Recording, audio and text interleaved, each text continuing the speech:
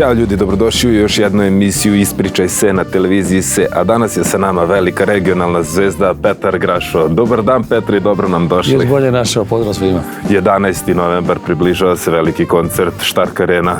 Šta publika može da očekuje od vas i šta vi možete da očekujete od publike i kako se osjećate? Pa mislim da možemo očekivati jedno od drugih ono najbolje. Radost, muziku, ljubav.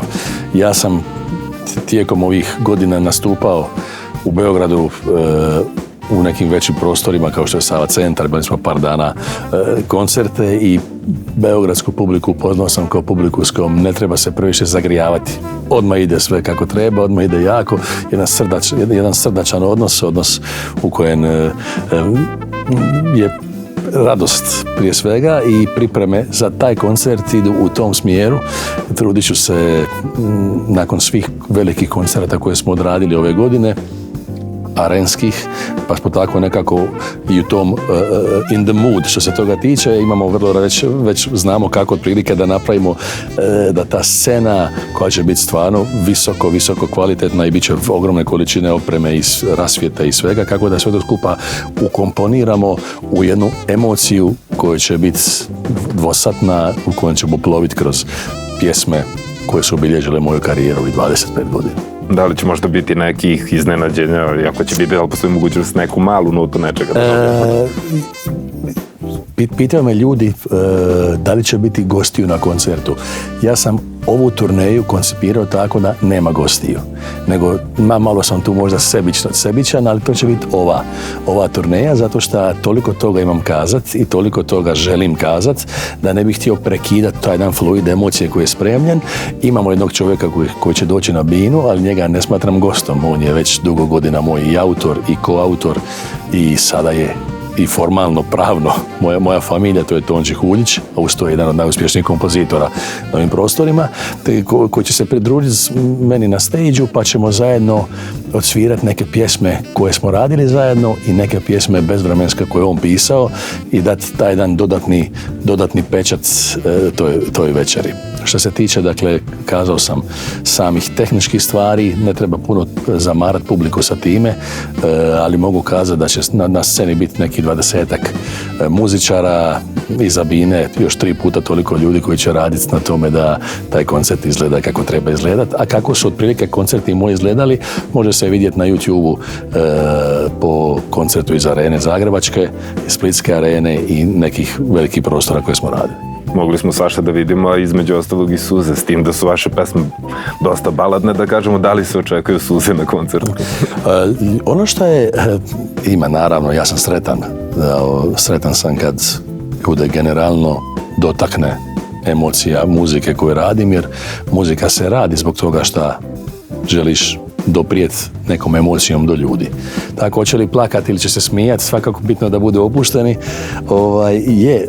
Ljudi mene percipiraju kao baladnog pjevača i to je lijepo. Međutim, ja zaista na koncertima puno se više istrčim nego i neki rock pjevači. Tako da ima tu, osim balada, ima tu jako puno pjesama uz koje će ljudi moći malo izgubiti neke kalorije. Opet kažem, ja nisam čovjek koji voli previše verbalno tumačiti kakvi su moji koncerti. Slika će govoriti 1000 riječi, tako da ljude koje zanima, koji nisu bili, mogu vidjeti djelične atmosfere na platformama, a ljudi koji su bili znaju da ih čeka 2 sata ozbiljno dobre zabave. Ispričaj se. Da li vi imate možda neku pesmu s koju pustite suzu? Svaki čovjek normalan bi trebao imati neke pjesme s koje pusti suzu, ali to nije pjesma jedna, pa na klik pustiš pa plaćeš. Ne, nego ponekad te dotaknu neke pjesme jer te sjete nekih trenutaka, nekih ljudi kojih više nema ili nekih lijepih fragmenata života i onda kad čuješ neku pjesmu sjetiš se. Ima puno pjesama koje u meni pobuđuju neke lijepe emocije. Da li se čovjek zaista upozna onda kada da cijelo srce?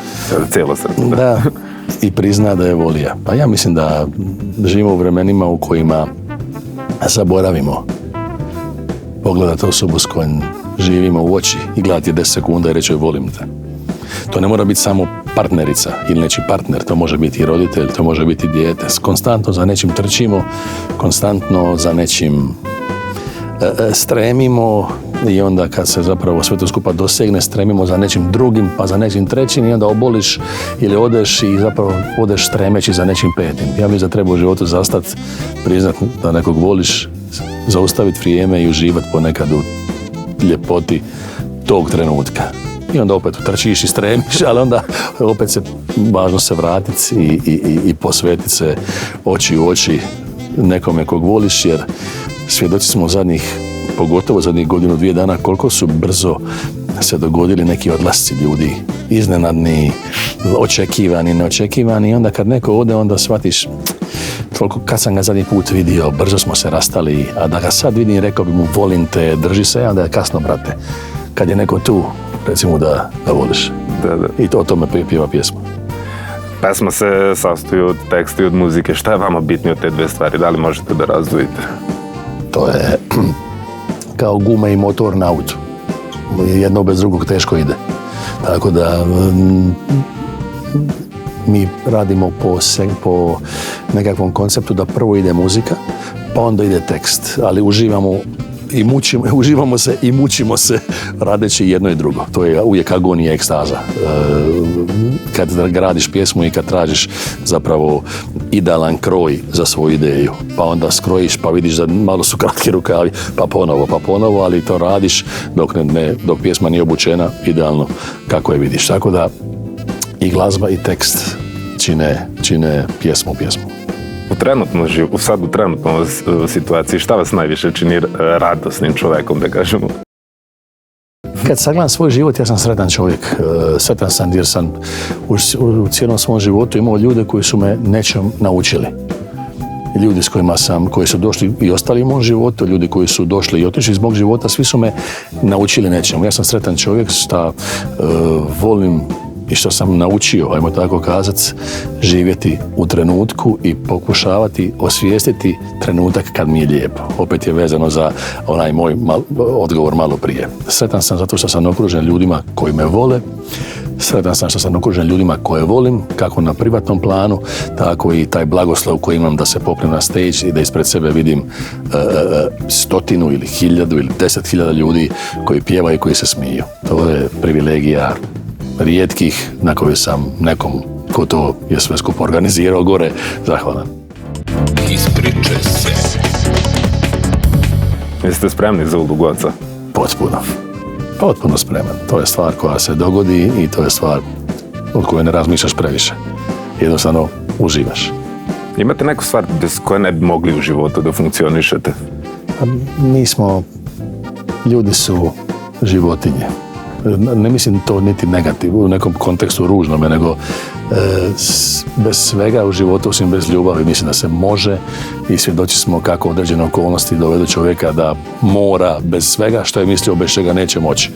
Ono bez čega ja ne bi volio u životu biti i bez čega bi teško podnio život su ljudi koji su moji najbliži, moji prijatelji i familija. To je nešto što mi je važno, bez svega ostalog materijalnog, bez svega ostalog u životu što garnira moj život, da budem doveden u situaciju da biram, sve bi odbacio u sekundu zbog par ljudi koji su mi bitni. Imate neku, da kažemo, naviku koju ne možete da odbacite, da izbacite iz svog života? Pa ima ih milijon, vjerojatno. A mislim, niti ih se ne trudim izbacivati. Možda Ne, nisam pušač, ali ponekad mi je užitak kad navečer popijem čašu vina, zapali cigaru. Tako nisam tip od 3 kutije dnevno, ne interesira me. Što se tiče pića, volim vino. Ja sam čovjek iz Dalmacije koji i proizvode vino, tako da negdje pročitaš vino je štetno. Meni čini super. Tako da li to izbaci? Ako čovjek u životu konstantno izbacuje neke stvari da bi bio samo zdrav, i onda si zdravi i nesretni čovjek. Da. To je bez veze. Tako da ja imam neke svoje male rituale, neke stvari koje volim. Ako me pitate šta je to baš sada, volim druženje s prijateljima, volim mir, volim ribolov, jako volim taj segment mora, svoj brod kad se sad maknem od par metara koji imam, koji je opremljen baš za ribolov, kad se maknem na pučinu, pustim neku muziku s radija, natočim sebi čašu vina u plastičnu čašu, jer se brod ljulja, nema tu velikih servisa. Da se ne desi. I to je to. Meni ništa više ne treba. Jeste li pijeni od pesme kao od vina? Ja sam opijen životom kao takvim.